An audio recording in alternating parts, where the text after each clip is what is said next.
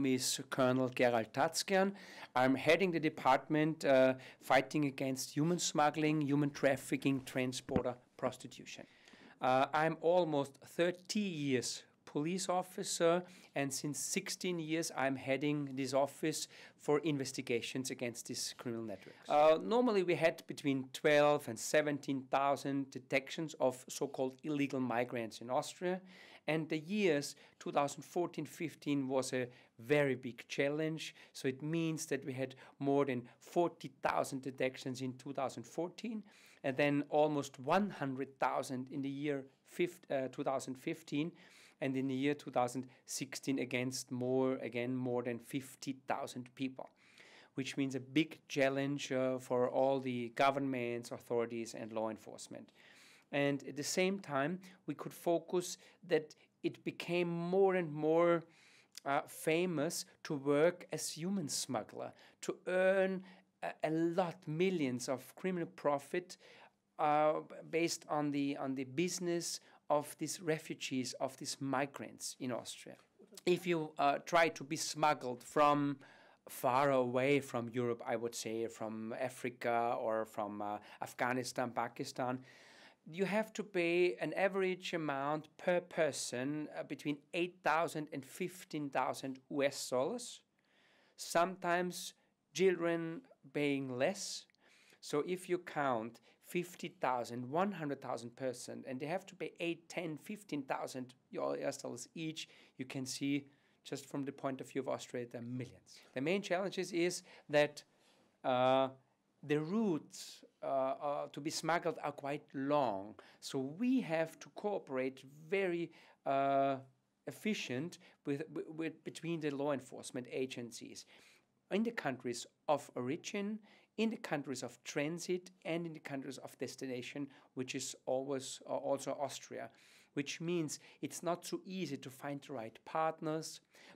They are really interested in fighting against these criminal networks, because you can see that sometimes they are transporting thousands of people out of the countries, so they are no longer a problem, but law enforcement has to focus against these networks. The top 10 countries challenging in Africa, we have here Nigeria is the #1, where the last years a few thousands of people had been smuggled to Austria, and currently the last month till the end of October we had about 1,300 Nigerians to be smuggled.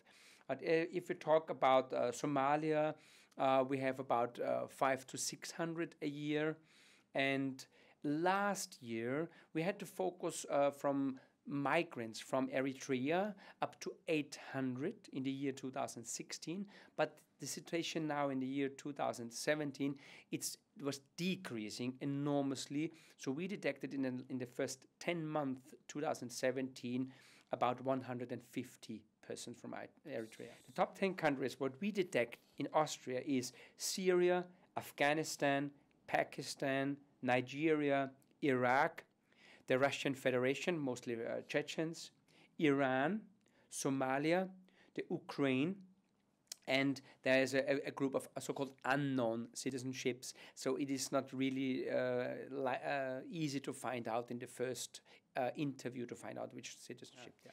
The main pull factors are mostly developed by the human smugglers, because they send back home via social media photos of relatives or from the same villages, persons close to a very expensive car, of the best apartments, and they are always, I wouldn't say forced, but they are almost brought to tell them very positive stories, that the money is growing on the trees and everything is supported and so on, which is not true.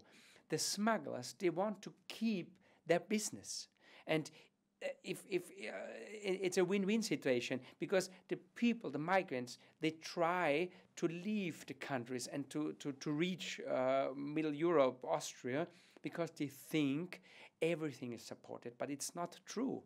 And then they are very disappointed after weeks and months that nobody is really giving them a lot of money, providing them apartments and so on. But the human smuggler tried to keep these fake stories. But if we investigate against the criminal network, we try to cooperate with the embassies and representatives here in Austria. Absolutely yes, because my really willingness is to cooperate with countries of origin and countries of transit, because this is the only way why we can really dismantle criminal networks. Because who knows best, who is organizing the smuggling case than you in Eritrea, because there are the first contact persons, the criminals.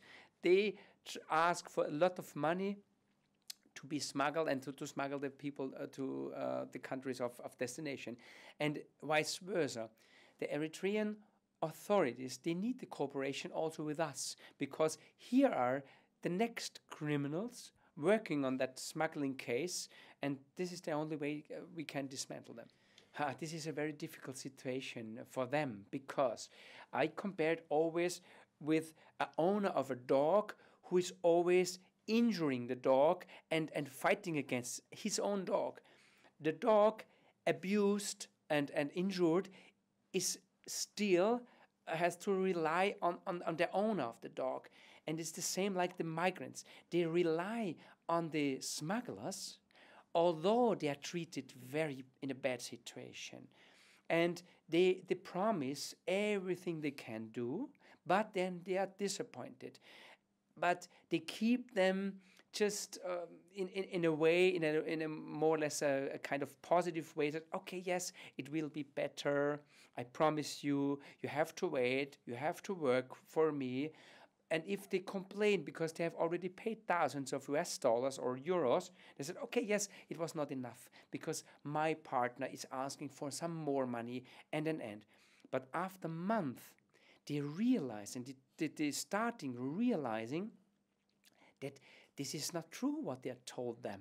This is not, there's no support. They have to live maybe 40 people in a small apartment. They are treated very badly. They have to work to pay back money they have already paid in the country of origin. It's okay, it's gone. The $8,000 are gone, but here you have to pay additional money. Absolutely, and I had a lot of discussions also on TV where I really mentioned that some NGOs are playing a bad role, because there is no coincidence that where all the human smugglers let the rubber boats and the small boats in the Mediterranean Sea, and a lot of ships, NGOs are coincidentally there, and they search and rescue them, thousands of people to Italy. In 2 weeks, I will meet an anti-mafia prosecutor in Palermo. I will go there. I will visit several hotspots in Italy just to find out how the situation is at the moment. And this is the first situation where the people had been smuggled to Sicilia, for example, and they're really disappointed, because what they can expect is hotspot. It means asylum centers where they are not really allowed to leave. There is no possibility to leave, and they realize what was promised and what is the reality. And I'm convinced, and this is the main issue why traveling to Palermo, there are investigating cases against NGOs, because the first exploitation sometimes starts at an NGO boat. So they collect all their belongings, sometimes money, if they have one, because normally they are losing everything in Libya, everything. During the exploitation situation, they take all the money, everything, and then they are brought to Italy. But this is the last step of exploitation, and they have also really nothing if they reach Italian territory. We had the situation to focus. We had been not aware, I would not call it, but we had no really control. About 100,000 people entered our country. We had not the possibility to register all these people, and we are not sure if all the people are left to Germany, if they are still here. So it's a little bit the losing of control, and as a law enforcement, it was not the best feeling. But we have to try again to find out who needs support, and we give 100% support to them, but a high percentage of all the migrants are just trying to abuse our social system. We know that. They ask for asylum, they hide within Austria, they receive social benefit, they send all the money back home, and then we can see they start working also as some criminals. So we try as a law enforcement to keep the situation under control. We are very open, and if you need support because you of the political situation in your country of origin, I am totally aware that people, they want to support. We are rich enough, we can support, but there's also a high number abusing our system, and there we have to work that these people should be supported in the country of origin. The message is we are working, and this is really my personal intention as a law enforcement, we're working on a legal way to visit and maybe also to work in Europe. And please do not rely on the facilitators, on the human smugglers.